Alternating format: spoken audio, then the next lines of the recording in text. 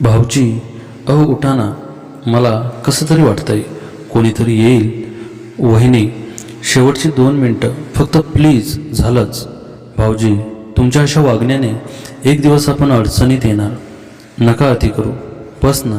तुमच्यामुळे मी कोणाला तोंड दाखवण्याच्या लायकीची राहणार नाही. वहिनी, झालंच, फक्त 2च मिनिट थांबा. नमस्कार मित्रांनो, स्वागत आहे तुमचं आमच्या चॅनलवर. ही कथा सुरू करण्यापूर्वी चॅनलला सबस्क्राईब नक्की करा. माझं नाव नेहा आहे. माझ्या लग्नाला 1 वर्ष झालं होतं. माझ्यासाठी सासरच्या घरी आम्ही तिघेच होतो, मी, माझा नवरा आणि माझा लहान दीर. माझे सासू सासरे या जगात नव्हते. माझ्या माहेरी माझ्या चुलत भावाचं लग्न होतं, म्हणून मी आणि माझा दीर आम्ही दोघेही लग्नासाठी माझ्या माहेरच्या गावाकडे जात होतो. माझ्या नवऱ्याला ऑफिसमधून सुट्टी भेटली नाही, म्हणून मी माझ्या दीराला सोबत घेऊन जात होते. तसंही माझा नवरा कधीच माझ्यासोबत येत नव्हता. सारखं काम आणि काम. मी जेव्हा कुठे त्याला सोबत चल म्हणायचे तेव्हा तो म्हणायचा, लहान दीराला घेऊन जा. हल्ली तर मी त्याला विचारायचं सोडून दिलं होतं. मी आणि माझा दीर कुठेही जात असो, माझ्या नवऱ्याची परवानगी मिळाली होती, म्हणून मी नेहमी कुठेही जाताना दीराला सोबत घेऊन बिंदात जायचे. आता माझा दीरही लग्नाच्या वयाचा झाला होता.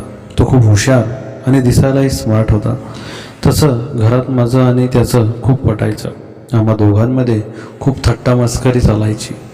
त्यांच्यातच आणि माझ्या वयात जास्त अंतर नव्हतं, आणि याच्यामुळेच मला कधीच जाणवलं नाही की मी लग्न करून सासरी आले आहे. कारण जसं लग्न झालं तसं मला सासरच्या घरी कोणीच त्रास दिला नाही. फक्त दीर आणि माझा नवरा होते, त्यामुळे आम्ही तिघेही खुश होतो. आज सायंकाळच्या गाडीने आम्ही मुंबईहून लग्नासाठी गावाकडे निघालो होतो. माझा दीर सगळं साहित्य वरती ठेवून माझ्या शेजारीच बसलेला होता. आमच्यामध्ये आता कोणताही अडथळा नव्हता.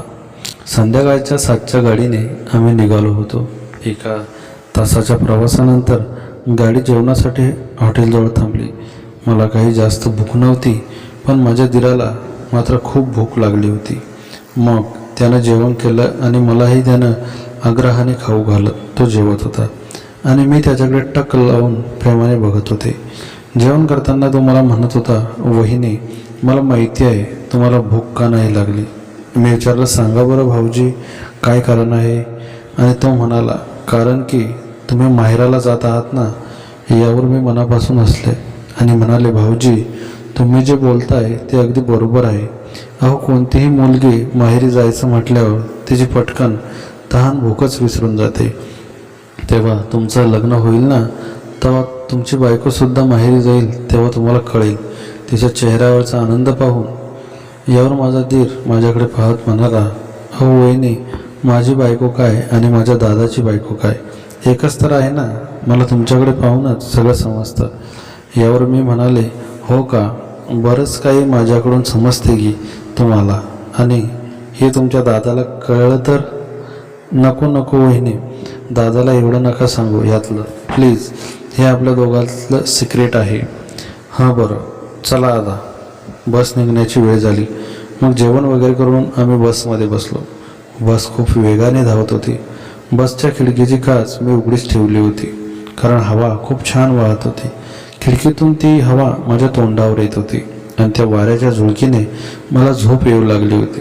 मी आरामशीर झोपले होते, पण मला झोपेत हे कळलंच नाही की माझं डोकं माझ्या दीराच्या खांद्यावर आहे, आणि त्यानेही मला उठवलं नाही. ते तेव्हाच जागेच होते असं मला वाटत होतं. वाऱ्याने केस माझ्या तोंडावर येत होते, आणि माझा दीर त्यांच्या हाताने ते केस बाजूला करत होता आणि माझ्याकडे प्रेमाने पाहत होता. असं काहीसं मला फील होत होतं, जसं काही ते माझ्याकडेच बघत आहेत. माझा दीर दिसायला खूप सुंदर होता. मला तर खूप आवडायचा. त्याचं बोलणं, त्याचं हसणं मला खूप आवडायचं. तो एखाद्या दिवशी जरी घरी उशिरा आला तर मला करमायचं नाही. जर कधी तो बाहेरगावी जायचं असेल तर माझं मनच घरात लागत नसे.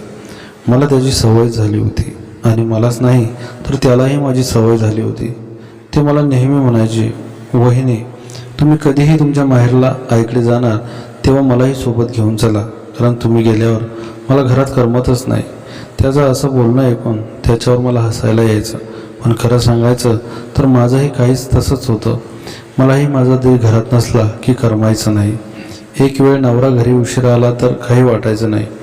दुसऱ्या दिवशी सकाळी आम्ही घरी पोहोचलो होतो. घरात सगळीकडे लग्नाची गडबड चालू होती. सगळीकडे सुंदर साड्या घालून, सुंदर ड्रेस घालून, मस्त मेकअप करून मुली उभ्या होत्या. त्यांच्यात एक मुलगी सगळ्यांपेक्षा वेगळीच होती. म्हणजे ती दिसायलाही खूपच सुंदर होती. तिचे डोळे निळसर होते आणि केस रेशमी. आणि त्या मुलीच्या सौंदर्यावर माझ्या दीराची नजर गेली आणि माझा दीर तिच्याकडेच बघतच राहिला. माझंही सगळं लक्ष माझ्या दीरावरच होतं. तसं अगोदर तर माझ्या दीराचंही लक्ष माझ्याकडेच होतं, पण त्या मुलीला बघताच माझ्या दीराचं लक्ष तिच्याकडे केंद्रित झालं. मला आता समजलं होतं की माझा दीर त्या मुलीकडे एकटक बघतोय. म्हटल्यावर काहीतरी गडबड आहे. आणि मी अस्वस्थ झाले. माझी घालमेल वाढली.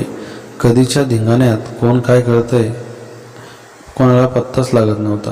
कारण लग्न म्हटल्यावर कोण कोणाकडे लक्ष देणार. सगळेच तर आपल्याकडचेच आणि आपल्या मेकअपकडेच लक्ष, ड्रेसकडे लक्ष देत होते. आणि आपण लग्नात सगळं छान दिसावं असं प्रत्येकाला वाटत. पण त्या लग्नामध्ये फक्त माझंच लक्ष माझ्या दीराकडे होतं.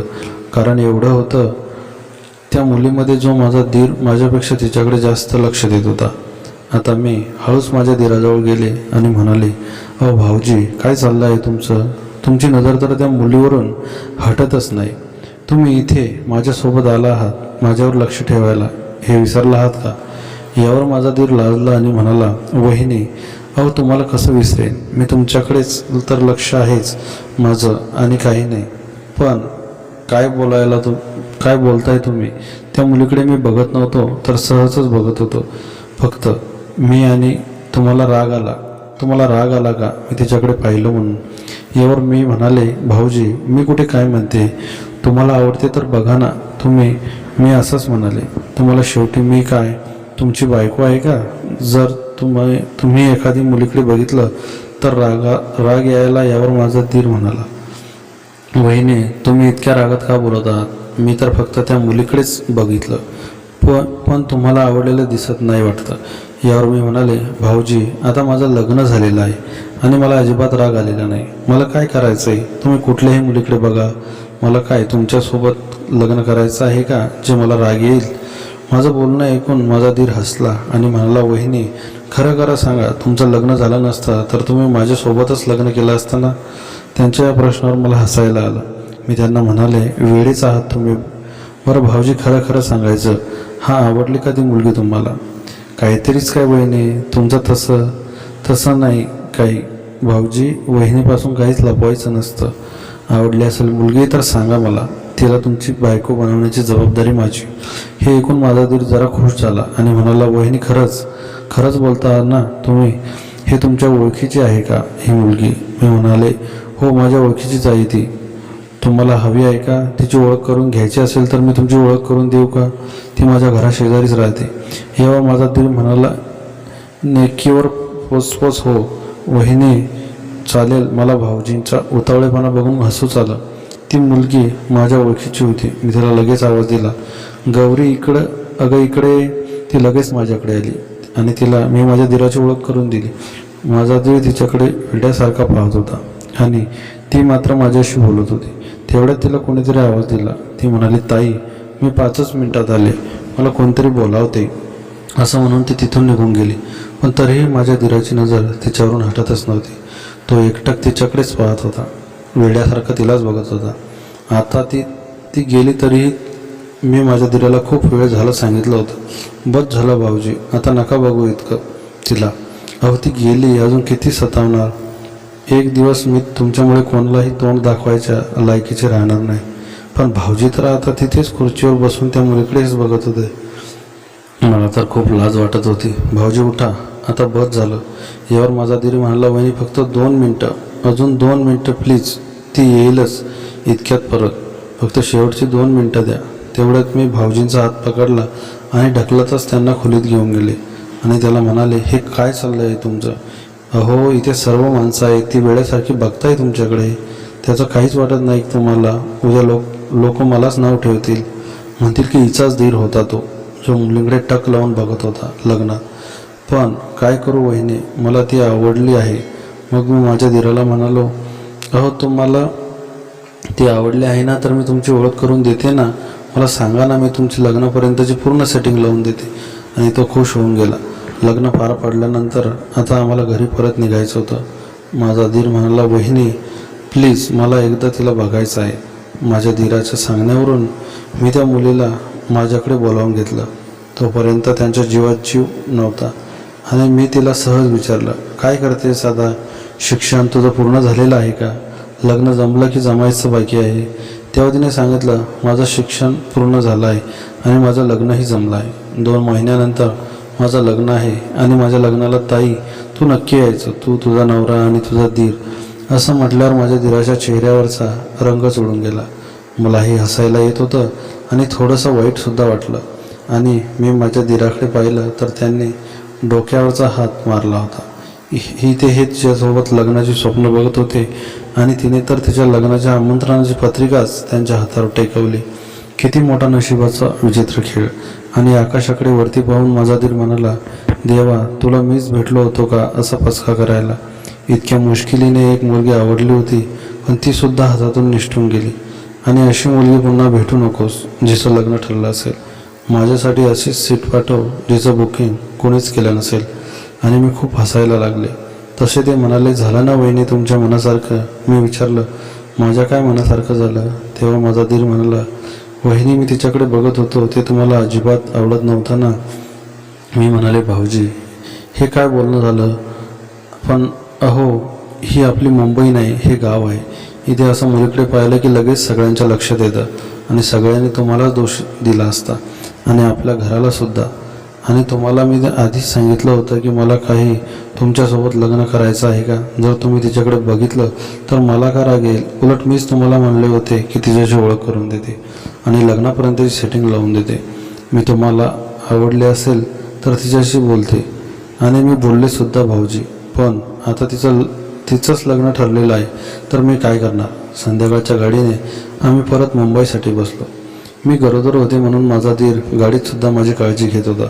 वहिनी नीट बसा, तुम्हाला काही झालं तर दादा मलाच ओरडेल.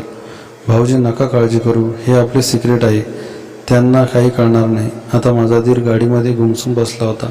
तेव्हा मी म्हणालो, भाऊजी जाऊ द्या ना, कुठे ना कुठे तुमच्यासाठी पण एक मुलगी असेल, ती पण तुमच्यासारखीच तुमची वाट बघत असेल, नाराज नका हो. आणि माझा धीर म्हणाला, आता माझं लग्नाचं टेन्शन मी घेणारच नाही. का बरं? मी विचारलं. कारण आता तुम्हीच तुमच्यासाठी छोटी जाऊ शोधून आणायची आणि तुमच्या बाळासाठी काकी, समजलं? आणि मी हसून हो म्हणाले. आणि इतक्यात बसमध्ये एक मुलगी चढली आणि पुन्हा भाऊजी त्याच्याकडे टक लावून बघत बसले. मी त्यांचा कान पकडला आणि म्हणाले, भाऊजी अतिघाई संकटात नाही. तसे ते हसले आणि म्हणाले, सॉरी वहिनी. मग थोड्या वेळाने पुन्हा माझा डोळा लागला आणि माझं डोकं माझ्या धीराच्या खांद्यावर होतं. असा भावासारखा धीर मिळायला नशीब लागतं आणि मी खरंच खूप नशिबान होते. तर मित्रांनो, कथा आवडली असेल तर व्हिडिओला लाईक शेअर करा आणि अशाच नवनवीन कथांचा आनंद घेण्यासाठी आमच्या चॅनलला सबस्क्राईब नक्की करा. धन्यवाद.